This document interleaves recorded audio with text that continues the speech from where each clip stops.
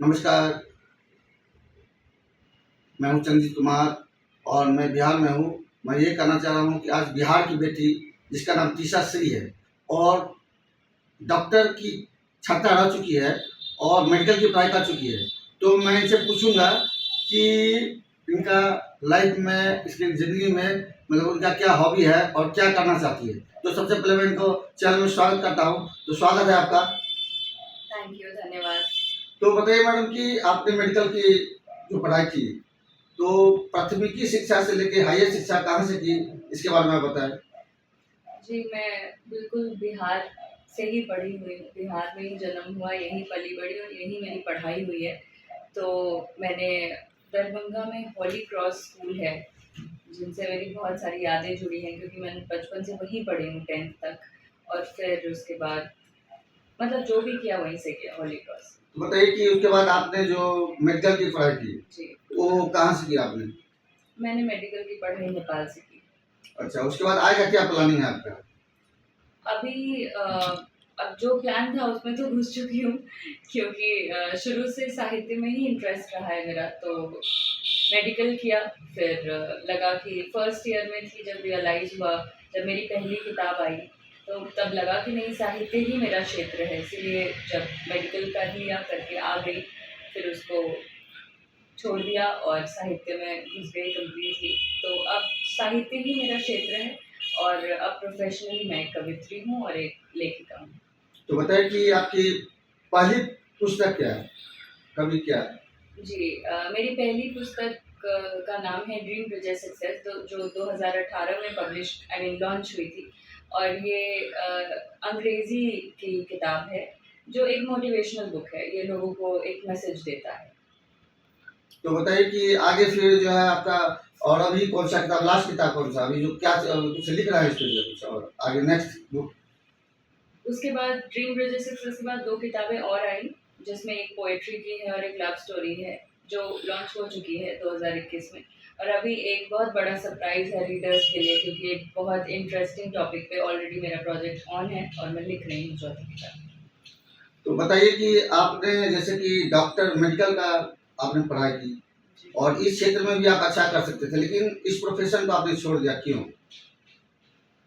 देखिए, मेरा मानना है आपको वही करना चाहिए जो आप कर सकते हैं और जिसमें आपका इंटरेस्ट है। तो ज़रूरी नहीं है आप जो कर सकते हैं या आप जो कर रहे हैं उसमें आपका इंटरेस्ट भी हो। मेडिकल में कर सकती थी इसलिए मैंने कर लिया। लेकिन वो जो एक इंटरेस्ट, वो जो एक जुनून, एक जज़्बा अंदर से आता है, वो नहीं था शायद उस फ़ील्ड को लेकर। मैं अभी भी चाहूँ तो मैं आराम से प्रैक्टिस कर सकती हूँ। बट राइटिंग एक ऐसी चीज़ थी जो मैं बचपन से करती थी, जिसको मैं एन्जॉय करती थी करना, लेकिन मेडिकल को मैंने कभी एन्जॉय नहीं किया, बस पढ़ाई की तरह पढ़ लिया। और मुझे हमेशा लगा कि मैं करियर मेडिकल में अगर बनाती हूँ तो बन जाएगा, लेकिन जो मैं करना चाहती हूँ, मुझे जो खुशी मिलती है लिखने में, वो नहीं होगा, इसीलिए मैंने उसको छोड़ कर के राइटिंग चुनी।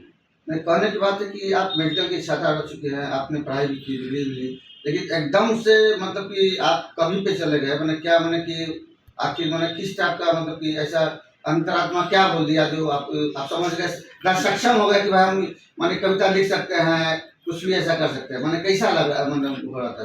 नहीं, नहीं, ये अचानक से नहीं हुआ, मैं बचपन से लिखती हूँ। मैं बचपन मतलब वो डायरी शायद मम्मा के पास आज भी होगी, जिसमें मैं टूटी-फूटी, मैंने जब बोलना शुरू किया तो मैंने सीधा लिखना शुरू कर दिया था। टूटे-फूटे सेंटेंसेस लिखती थी और कहानी बनाती थी। तो वो शुरू से था, जो मेडिकल में एडमिशन होने से पहले शायद अगर पता चल जाता तो हो सकता है मेडिकल में नहीं भी जाती। बट जब फर्स्ट ईयर में बुक लॉन्च हुई तब रियलाइज़ हुआ कि नहीं, साहित्य तो अंदर है, अब उसको निकलना है। बीच में भी कॉलेज छोड़ने का ऑप्शन था, बट मैं नहीं चाहती थी कॉलेज ड्रॉप आउट का ठप्पा लगे, इसलिए मैंने मेडिकल कंप्लीट किया।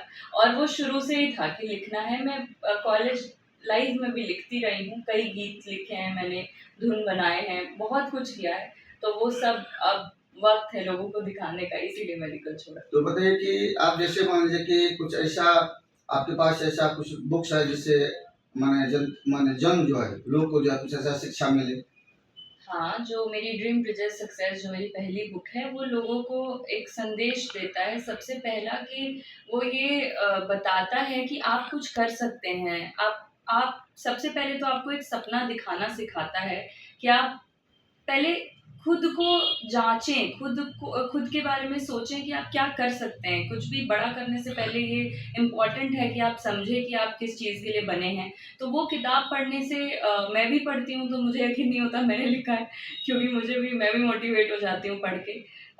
जो वो किताब है वो इस बारे में है कि आप बड़ा सपना देख सकते हैं। वो किताब आपको सपना देखना सिखाती है, और अगर आप कुछ देख सकते हैं, कुछ सोच सकते हैं कि मैं ये कर सकती हूँ या कर सकता हूँ, तो आप कर भी सकते हैं।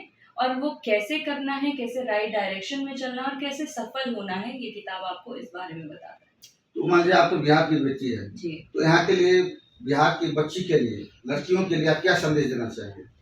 जी, मैं एक लड़की के रूप में, एक साहित्यकार के रूप में, जिस भी तरह से बिहार की लड़कियाँ, इनफैक्ट किसी भी लड़की के लिए मैं यही कहना चाहती हूँ कि हाँ, आप में बहुत पोटेंशियल है और आप बस पहचान नहीं पा रहे कि आप में कितना पोटेंशियल है। अगर कोई ये कहता है कि मेरे पास इस चीज़ की कमी है, मैं शायद इसलिए ये नहीं कर पा रही हूँ, कुछ भी XYZ व्हाटएवर, तो ये आपके दिमाग में है। मैं मानती हूँ कि स्ट्रगल सबकी लाइफ में होता है, बट मेरी सिर्फ एक थ्योरी है कि अगर आपने सोच लिया कि मंजिल पानी है और आपने कड़ी मेहनत कर दी, तो मंजिल को आपके आगे घुटने टेकना पड़ेगा।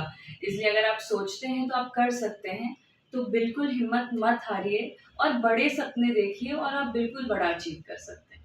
तो कना मैडम की एक लास्ट क्वेश्चन है कि आपने जितना कविता लिखी जी। उसमें से एक कविता आप सुना के बतलाएं। जी, तो मैं जो मंचों पे गाती हूँ, मैं जी, मैं जी। हर तरीके की कविता लिखती हूँ, जो मंचों पे गाती हूँ वो कुछ गुनगुना देती हूँ।